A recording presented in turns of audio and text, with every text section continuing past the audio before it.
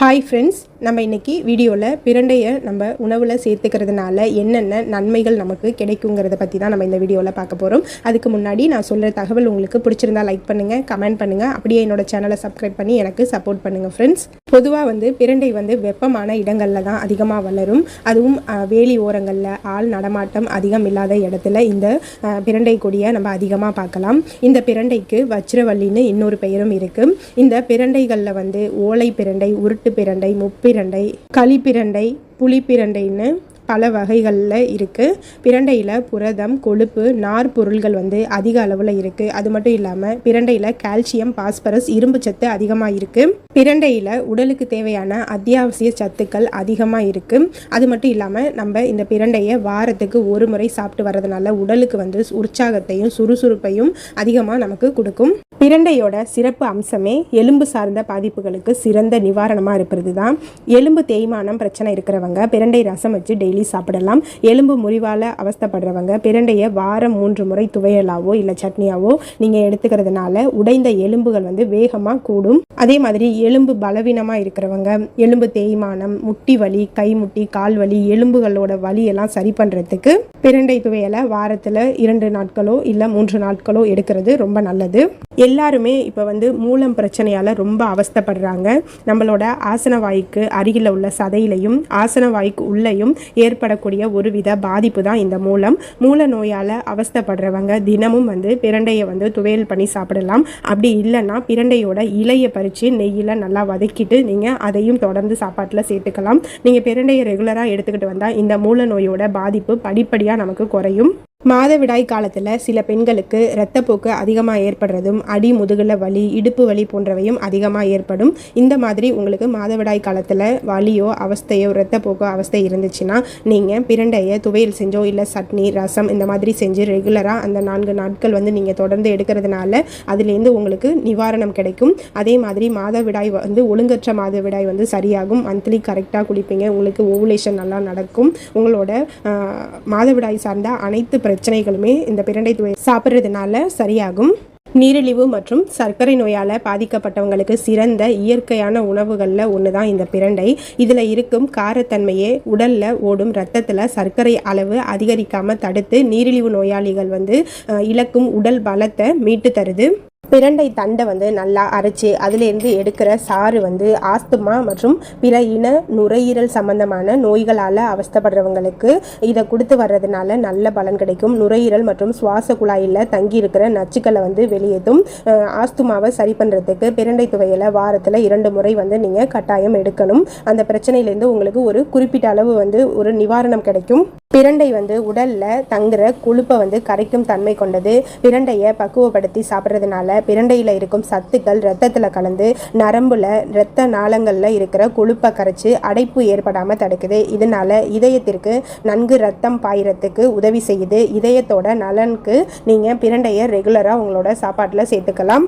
வயிற்றில் வாயு கோளாறு ஏற்பட்டு அவஸ்தைப்படுறவங்க வாரம் 1 முறை இல்லாட்டினா 2 முறை பிரண்டை துவையல் சாப்பிட்டு வர்றதுனால வாயு தொல்லை சரியாகும். அஜீரண கோளாறு போன்றவை நீங்கும். குடலில் தங்கி இருக்கிற அழுக்குகளை இல்லாட்டினா நச்சுகளை நீக்கி நம்மளோட வயிற்றை சுத்தப்படுத்தும். சர்க்கரை அதிகம் உள்ள பொருட்களை நம்ம சாப்பிட்றதுனாலையும் நம்ம உடம்புல ஏற்படக்கூடிய சத்து குறைபாட்டாலையும் பற்களில் சொத்தை ஏற்படுறது அதிகமாக இப்போ எல்லாருக்குமே ஏற்படுது.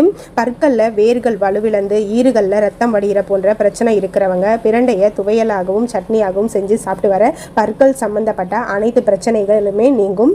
பிரண்டையில் காரச்சத்து அதிகமாக இருக்கிறதுனால நம்ம பிரண்டையை சாப்பிட்றதுப்ப நம்ம உடம்புல காரச்சத்து சேர்ந்து ரத்தத்தில் கலந்து நோய் எதிர்ப்பு சக்தியை அதிகப்படுத்துது. பாக்டீரியா, வைரஸ் போன்ற கிருமிகளால் ஏற்படக்கூடிய நோய்கள், ஜுரம் போன்றவற்றை ஏற்படாமல் தடுக்கும் தன்மை பிரண்டைக்கு இருக்குது. பொதுவாக பெண்கள் குழந்தை பெற்றதுக்கு அப்புறம் அவங்களோட வயிற்றில் உள்ள சதையை குறைக்கிறதுக்கு, தொப்பையை குறைக்கிறதுக்கு ரொம்ப கஷ்டப்படுவாங்க.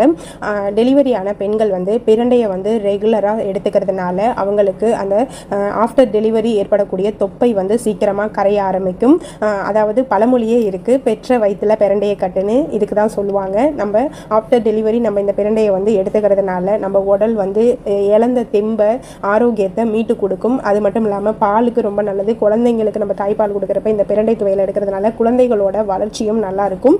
அதே மாதிரி அவங்களோட உடம்புல ஏற்படக்கூடிய இந்த கெட்ட கொழுப்புகளை கரைச்சி தொப்பையை சரி பண்ணுறதுக்கு உதவும். நம்ம பிரண்டை துவையலை ரெகுலராக எடுத்துக்கிறதுனால நமக்கு என்னென்ன பெனிஃபிட்ஸ்னால் வயிறு சார்ந்த பிரச்சனைகள், வாயு தொல்லை, செரிமான பிரச்சனை, வயிறு பொறுமல், உங்களுக்கு இது எல்லாமே சரியாகும். அதே மாதிரி எலும்பு சம்பந்தப்பட்ட அனைத்து பிரச்சனைகளுக்குமே நீங்கள் பிரண்டை துவையல் எடுக்கலாம். எலும்பு தேய்மான பிரச்சனை இருக்கிறவங்க, எலும்பு அடிபட்டு உடஞ்சிருந்தா அவங்களுக்கு வேகமாக கூடுறதுக்கு இதுக்கு எலும்பு சார்ந்த அனைத்து பிரச்சனைகளுக்கு, மூட்டு வலி, கை கால் மூட்டி வலி எல்லாத்தையுமே சரி பண்ணும். அதே மாதிரி டெலிவரி ஆனவங்களுக்கு வயிறு தொப்பை குறையிறதுக்கு உதவி பண்ணும். மாதவிடாய் பிரச்சனை, ஒழுங்கற்ற மாதவிடாய் பிரச்சனை, அதிக இரத்தப்போக்கு, அதே மாதிரி இடுப்பு முதுகு வலி இதெல்லாம் சரி பண்ணுறதுக்கு மாதவிடாய் காலங்களில் பெண்கள் இந்த பிரண்டையை எடுத்துக்கிறது ரொம்ப நல்லது. அதே மாதிரி இரத்த மூலம், வெள்ளி மூலம், உள் மூலம் இது எல்லாமே சரி பண்ணுறதுக்கு நீங்கள் பிரண்டை எடுத்துக்கலாம். நம்ம உடம்புல அனைத்து விதமான சதையிலேருந்து நரம்பு, இரத்த ஓட்டம், இதயத்துக்கு எல்லாத்துக்குமே நமக்கு இந்த பிரண்டை பயன் தருது. ஸோ இந்த பிரண்டையில் இவ்வளோ நன்மைகள் இருக்குது ஃப்ரெண்ட்ஸ். நீங்கள் ரெகுலராக இந்த பிரண்டை துவையலை எடுத்துக்கலாம். ஒன்றுமே இல்லை, பிரண்டையில் நீங்கள் கொழுந்து பகுதி, அதாவது மேலே வளர்ந்து வர்ற ஒரு 3 தண்டை மட்டும் முனி கொழுந்தா பறித்து அதனோட 4 கார்னர்லையும் இருக்கிற நாரை பிச்சுட்டு நீங்கள் நல்லெண்ணெய் ஊற்றி அந்த பிரண்டையை நல்லா வதக்கிக்கங்க. அது கூட உங்களுக்கு பூண்டு, உப்பு, புளி நீங்கள் வச்சு அரைச்சி நிறைய எண்ணெய் ஊற்றி நல்லா வதக்கி அந்த துவையலை நீங்கள் செஞ்சு சாப்பிடலாம்.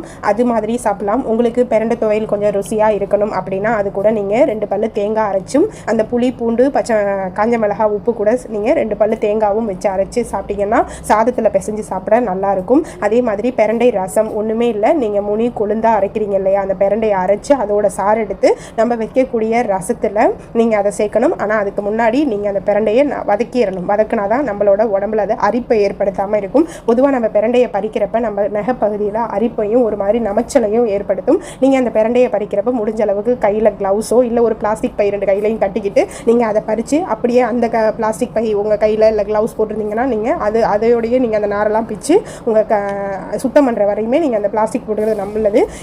நான்லாம் பிக்கிறப்ப எனக்கு அரிக்கும், ஆனால் அதை நான் தாங்கிப்பேன். சிலரால் தாங்க முடியாது. அப்படி அந்த பிரச்சனை இருக்கிறவங்க மட்டும் க்ளவுஸ் கையில் யூஸ் பண்ணிக்கிறது ரொம்ப நல்லது.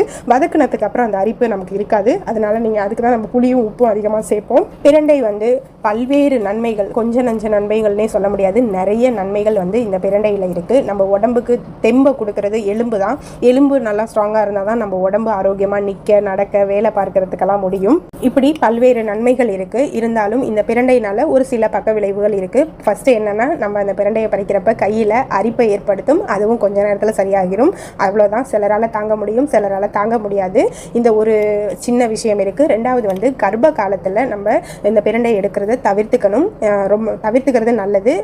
மூணாவதாக சர்க்கரை நோயாளிகள் இந்த பிரண்டை துவையலை எடுக்கிறதுக்கு முன்னாடி டாக்டரோட அட்வைஸ் கேட்டுட்டு அதுக்கப்புறம் எடுத்துக்கிறது ரொம்ப நல்லது. இந்த பிரண்டையில் பல்வேறு மருத்துவ குணங்கள் இருந்தாலும் 1-2 சின்ன தீமைகள் தான் இருக்குது. நம்ம எல்லாத்துலேயுமே நன்மைகள் அதிகம் இருந்தாலும் ஒரு சில தீமைகளும் இருக்கும். அதை தெரிஞ்சுக்கிட்டு அது நம்ம உடம்புக்கு ஒத்துக்குதா இல்லையான்னு பார்த்துக்கணும். இவ்வளோதான் ஃப்ரெண்ட்ஸ். நான் இன்னைக்கு சொன்ன இந்த பிரண்டையோட நன்மைகள் உங்களுக்கு பயனுள்ளதாக இருக்கும்னு நினைக்கிறேன். என்னோட வீடியோஸ் உங்களுக்கு பிடிச்சிருந்தா உங்கள் ஃப்ரெண்ட்ஸுக்கும் ரிலேட்டிவ்க்கும் ஷேர் பண்ணுங்கள் ஃப்ரெண்ட்ஸ். தேங்க்யூ, பாய்.